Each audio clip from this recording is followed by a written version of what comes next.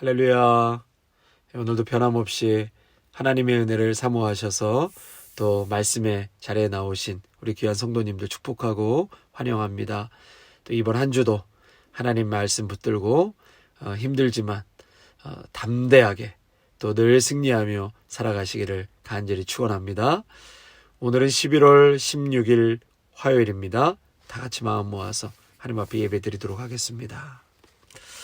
하나님 아버지, 참으로 감사를 드립니다. 이 시간 하나님 은혜 없이는 살 수 없기에 귀한 신앙의 고백으로 말씀 앞에 나왔습니다.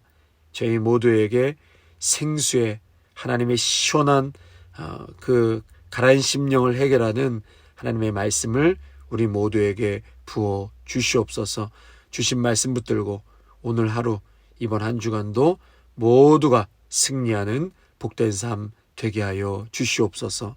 예수님의 이름으로 기도하옵나이다. 아멘. 욥기 26장 1절에서 14절까지의 말씀 보시겠습니다. 욥기 26장 1절에서 14절까지의 말씀입니다. 욥이 대답하여 이르되 내가 힘없는 자를 참 잘도 도와주는구나. 기력 없는 팔을 참 잘도 구원하여 주는구나. 지혜 없는 자를 참 잘도 가르치는구나. 큰 지식을 참 잘도 자랑하는구나. 너가 누구를 향하여 말하느냐? 누구의 정신이 내게서 나왔느냐? 죽은 자의 영들이 물밑에서 떨며 물에서 사는 것들도 그러하도다. 하나님 앞에서는 스올도 벗은 몸으로 드러나며 멸망도 가림이 없음이라. 그는 북쪽을 허공에 펴시며 땅을 아무것도 없는 곳에 매다시며 물을 빽빽한 구름에 싸시나 그 밑에 구름이 찢어지지 아니하느니라.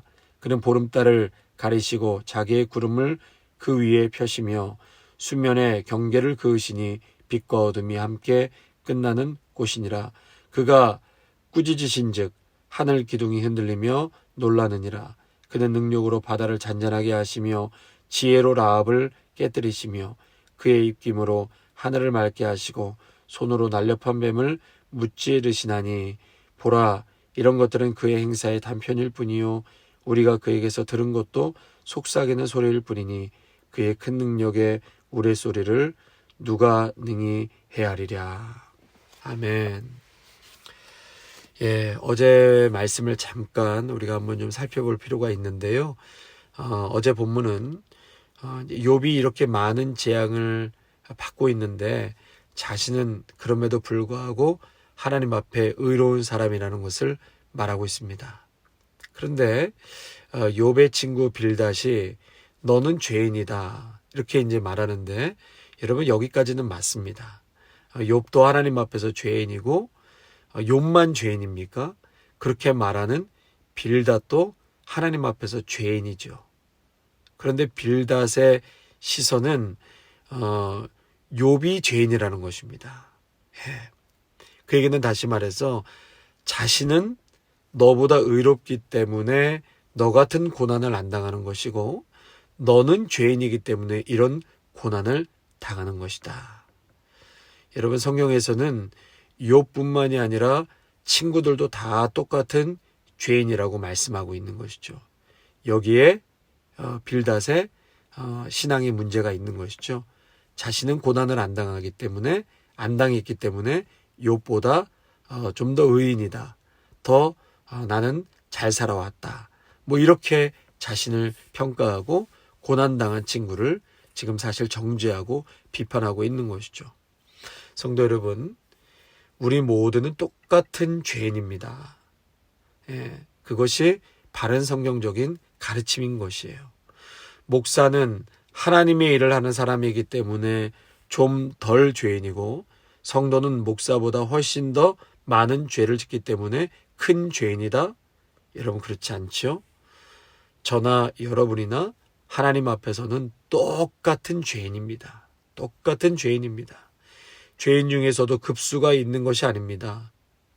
똑같은 죄인임에도 불구하고 거룩하신 하나님께 나아갈 수 있는 것은 우리의 수고와 공로 때문이 아니라 우리를 사랑하셔서 구원하신 하나님의 긍휼 때문인 것이죠.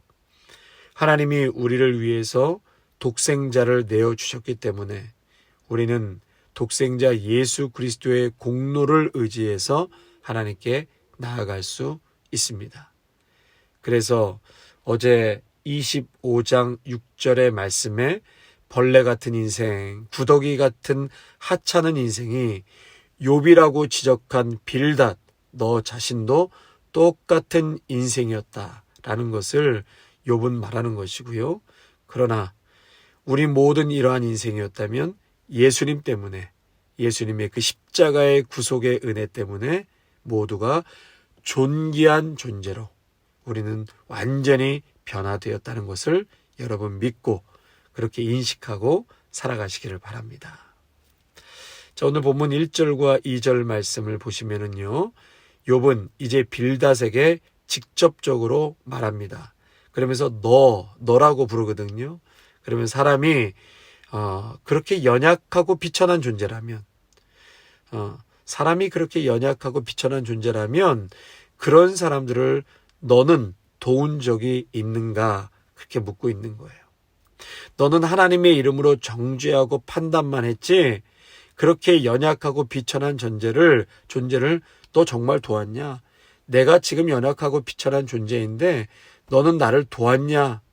그렇게 반문하고 있는 것이죠. 그러면서 3절 4절에 참 잘도 자랑하는구나. 참 잘도 말하는구나. 그래서 반어법을 지금 사용하고 있는 것이죠. 빌닷, 너도 분수를 알아야 한다. 하나님에 대해서 잘 아는 체 하는 것 같지만 과연 너의 삶은 어떠하냐? 너의 삶이 하나님을 아는 삶이냐? 기력 없는 나를 도와주고 있느냐? 너 도대체 누구의 정신에서 기인된 말을 하고 있느냐? 여기서 보니까 정신이라는 단어를 썼는데요. 이 정신이라는 것은 숨을 의미하는 것입니다. 숨. 그러니까 생명을 불어넣는 능력을 의미하는 것인데 너의 그 정신, 숨이 과연 성령에 의해서 나온 것이냐? 아니면 상처와 괴로움만 불러주는 다른 정신에서 기인된 거냐? 지금 욥은 다른 정신에서 기인된 거라고 말하고 있는 것이죠. 왜요? 자신을 고난당하고 있는 나를 하나님을 사랑한다면 위로하고 축복하고 기도해야 하는데 오히려 상처와 괴로움과 정죄와 비판만을 불러일으키고 있다라는 것이죠. 그래서 먼저 자신의 위치를 스스로 돌아봐야 하고 하나님을 경외한다는 너는 과연 얼마나 비천한 존재인가를 너 스스로 깨달으라. 스스로 제발 겸손해라. 너가 그리고 왜 겸손해야 하는지를 내가 이제부터 말해줄게. 욥이 말하고 있는 것입니다. 그러면서 하나님의 광대하심에 대해서 이제 5절부터 14절에 계속해서 말씀하고 있습니다. 자, 5절과 6절을 보시면 스올이라는 단어가 나오는데요. 이 스올은 죽음의 세계를 의미하는 것입니다. 그러니까 산 자의 세상이든 죽은 자의 세상이든 하나님의 주권과 통치에서 벗어날 수 없는 곳이다. 그러므로 나의 처지는 지금 우울하고 희망이라는 것은 없지만 그럼에도 나는 이런 하나님의 통치와 뜻은 분명할 것이다. 나는 믿고 있다. 그렇게 말하고 있는 것이죠. 자, 또 7절에 보니까는요. 참 재밌게 욥이 묘사하고 있는데요. 허공에 하늘을 펼쳐 놓으시고 허공에 땅을 매달아 놓으셨다. 여러분 지금 욥이 아주 재밌게 표현하고 있죠. 그런데 아주 정확한 말입니다. 하나님께서 허공에 하늘을 펼쳐 놓으시고 허공에 땅을 매달아 놓으셨다. 창세기 1장 2절에 보면 태초에 하나님이 천지를 창조하시고 땅이 혼돈하고 공허했다라는 말이 나오는데요. 이때 허공이라는 단어와 혼돈이라는 단어가 히브리어로 같은 단어입니다. 그러니까 지금 욥은 하나님은 놀라운 창조자이심을 고백하고 있죠. 그러면서 지구가 우주 공간 안에 허공에 떠 있다라는 것을 말하고 있습니다. 여러분, 그러니까 그 당시 그 고대인들이 우리는 보통 몰랐을 것이다 라고 생각하는데요. 오늘 본문 욥기 26장과 37장을 보시면 지구가 둥글다라는 것과 그리고 허공에 떠 있다라는 것을 고대인들이 알고 있었다는 것입니다. 참 놀라운 사실이죠. 욥은 그러한 하나님의 놀라운 창조주이심을 지금 고백하고 있습니다. 그러면서 계속해서 8절과 9절에 보면 구름에 수분이 가득한데 허공에 매달려 있는가. 이제 하나님은 창조주이실 뿐만 아니라 온 우주를 경영하시는 섭리자라는 것을 또 욥이 고백하고 있습니다. 그러면서 하나님의 임재의 자리는 거룩과 신비의 자리이기 때문에 욥은 9절을 통해서 하나님의 보좌를 구름으로 가리웠다라고 표현하고 있습니다. 출애굽기나 레위기, 민수기 등에 보면 성막을 만들었을 때 하나님의 임재를 상징하는 그 지성소에 충만한 구름으로 채워주셨다, 그렇게 묘사하고 있는데 지금 욥이 하나님의 그 거룩한 보좌를 구름으로 가리웠다라고 말하고 있습니다. 또 10절에 보면 빛과 어둠에 대해서 말하고 있는데요. 여러분, 이 빛과 어둠이 결국은 지구의 자전과 공전을 통해서 낮과 밤이 교차하고 있는 것 아니겠습니까? 지금 욥은 자연의 섭리가 놀랍다라는 것을 빛과 어둠을 통해서 표현하고 있는 것이죠. 제가 몇 달 전에 이 과학자들의 눈으로 본 지구의 섭리에 대해서 말씀을 드린 적이 있습니다. 이 세계가 정말 도저히 설계자가 있지 않고는 이런 세계는 불가능하다. 이게 과학자들이 이야기한 말이거든요. 그러면서 창조의 신비에 대해서 과학자들이 감탄하고 있습니다. 인간이 살기에 딱 맞는 환경으로 정확하게 절대적인 손에 의해서 이 온 우주 만물은 조율되었고 디자인되었다라고 과학자들이 말했습니다. 그러니까 하나님은 창조자이시고 모든 자연 만물을 경영하시는 섭리자라는 것을 지금 욥이 말하고 있는 것이죠. 성도 여러분, 여러분의 인생을 누가 경영하고 계십니까? 누가 통제하시고 디자인해 가십니까? 바로 하나님이시죠. 하나님은 나의 인생뿐만 아니라 인류의 역사와 자연과 우주의 모든 시스템을 그분이 직접 경영하시고 책임지고 계십니다. 자, 끝으로 욥의 세계관과 빌닷의 세계관. 빌닷이 참 바른 말을 하는 것 같은데 하나님에 대해서 오해하고 잘못된 신앙관으로 욥에게 말하는 것을 우리는 계속 살펴보고 있는데요. 욥의 세계관과 빌닷의 세계관이 비슷한 것 같지만 완전히 다르다는 것을 11절 이하의 말씀을 통해서 보게 됩니다. 지금 욥은 11절에 이제 높은 산, 또 12절에 바다, 또 13절에 하늘에 대해서 말하고 있죠. 그러니까 땅과 바다와 하늘조차도 하나님의 음성에, 또 하나님의 말씀과 능력에 떨고 잠잠게 되고 새로워진다. 하늘과 바다와 땅이 하나님의 말씀과 음성에 떨고 잠잠게 되고 새로워진다. 그러면서 하나님은 만유의 창조자이시고 통치자이심을 고백하고 있습니다. 그런데 오늘 14절 끝에 보면은요, 이 짧은 말씀에서 욥은 지하세계 또 사후세계를 말하고 하나님의 천상의 세계와 빛과 어둠이 교차하는 그 경영, 그리고 바다와 땅과 하늘과 온 우주 만물을 하나님이 통치하고 다스리신다. 이제 이렇게 1절부터 14절까지 이야기했는데, 근데 이런 하나님의 섭리를 이야기했지만 그러면서 14절에 뭐라고 말합니까? 이것은 그분이 하는 일의 아주 극히 일부분이다. 아주 작은 부분이다 라고 욥은 표현하고 있다는 것이죠. 이것이 빌닷과 욥의 결정적인 차이인 것입니다. 빌닷은 하나님을 다 아는 것처럼 이야기했지만 욥은 하나님에 대해서 더 깊이 있게 이해하고 지금 알면서도 하나님 앞에서 어떠한 태도를 취하고 있는 것이에요? 바로 겸비한 태도를 취하고 있는 것입니다. 겸손했다는 것이에요. 겸손했다. 성도 여러분, 벽은 익을수록 고개를 숙인다고 했는데요. 하나님을 알아가면 알아갈수록 겸손해질 수밖에 없는 것이죠. 우리가 과연 신앙인으로 하나님 앞에 사람 앞에 겸손한 신앙인인가? 아니면 신앙생활의 연수와 연체가 많아질수록 내가 교회에 대해서 다 알고 성경에 대해서 안다, 하나님에 대해서 다 아는 것처럼 착각하고 교만이 자리 잡고 있지는 않은지 돌아보아야 한다는 것이죠. 똑같이 하나님을 알아가는데 지금 전혀 다른 두 방향의 인생으로 살아가고 하나님을 알아가는 것을 보게 됩니다. 여러분, 이해하지 못하는 일들 때문에 우리가 하나님을 감히 판단해서는 안 됩니다. 그것처럼 교만한 것이 없습니다. 오직 의인은 믿음으로 말미암아 살리라 했거든요.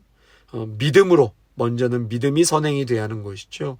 믿음으로 하나님을 알아가기 시작한다면 내가 이해하지 못하는 그 부분도 믿음으로 해석하게 될 줄로 믿습니다. 그러므로 성도 여러분, 하나님 앞에서 사람 앞에서 우리는 겸손해야 합니다. 하나님에 대해서 안다고 하는 것, 욥이 말하는 것처럼 극히 일부분이다.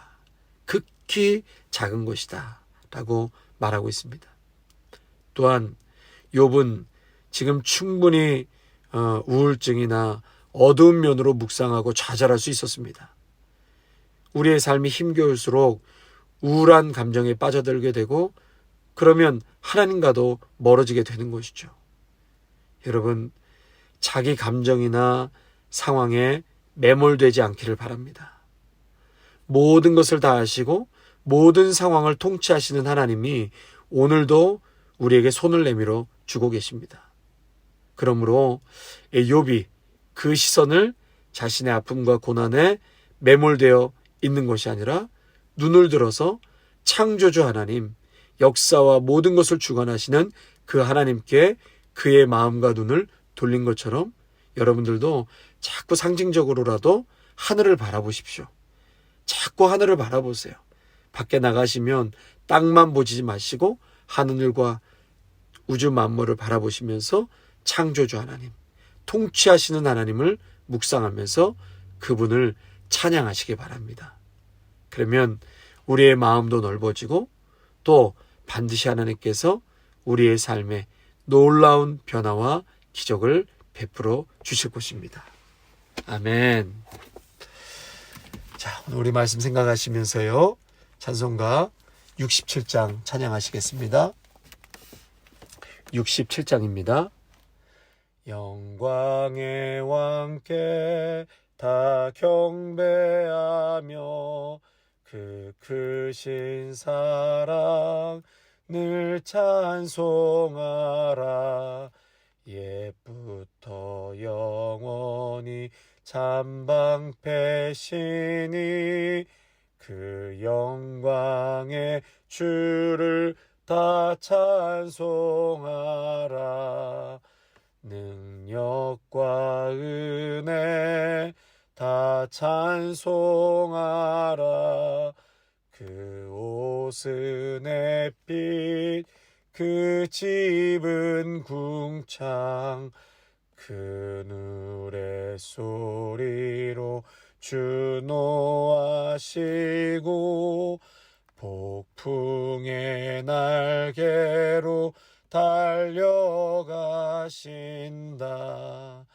저 아름답고 놀라운 일이 가득한 이 땅 다 주의 조와 그 힘찬 명령에 더 잡히나니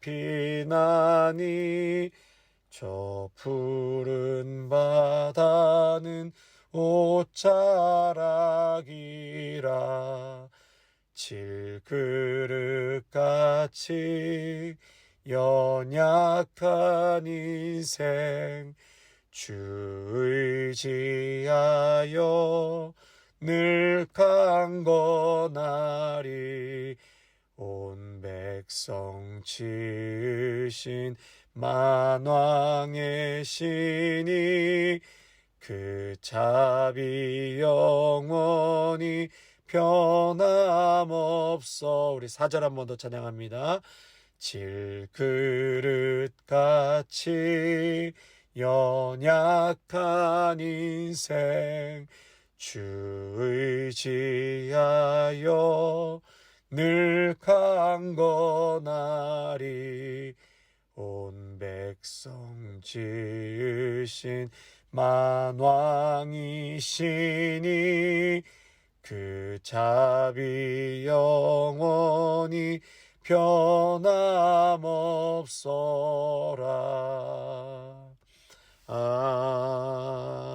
아멘. 아멘. 하나님 아버지, 질그릇같이 연약한 인생일지라도 오늘 매 순간 주님을 의지하여 늘 강건하게 살아가게 하여 주시옵소서. 온 백성을 지으신 만왕의 왕, 오늘도 우주 만물을 주관하시고 통치하시고 다스리시는 우리 전능하신 하나님 아버지께서 우리의 인생을 주관하시고 오늘도 하나님께서 경영하시며 섭리하고 계심을 믿음의 눈을 떠서 보게 하여 주시옵소서. 욥과 같은 상황에서도 절망하고 낙심하고 참 고통 중에 시달릴 수밖에 없는 인생이었지만 그럼에도 불구하고 욥은 그 눈을 들어서 창조하시고 섭리하시고 경영하시는 살아계신 하나님을 눈을 떠서 보았던 것처럼 시편 121편에 하나님 나를 도우실 분이 누구신가? 온 천하 만물을 주관하시고 창조하신 하나님만이 우리를 도울 자이시고 나와 함께 하시고 그늘이 되고 계심을 오늘도 믿고 깨닫는 귀한 믿음의 성도들이 되게 하여 주시옵소서. 예수님의 이름으로 감사하며 기도하옵나이다. 아멘.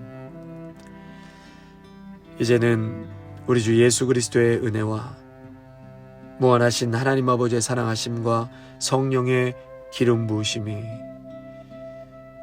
모든 것의 주관자 되시고 경영자 되시고 또 창조주 되시는 우리 살아계신 하나님 앞에 우리의 인생과 삶을 다 맡기며 의지하며 살아가기로 다짐하는 귀한 믿음의 성도들과 가정과 일터와 자녀 위에 아름다운 교회 위에 이제부터 영원토록 함께 하시기를 간절히 축원하옵나이다. 아멘.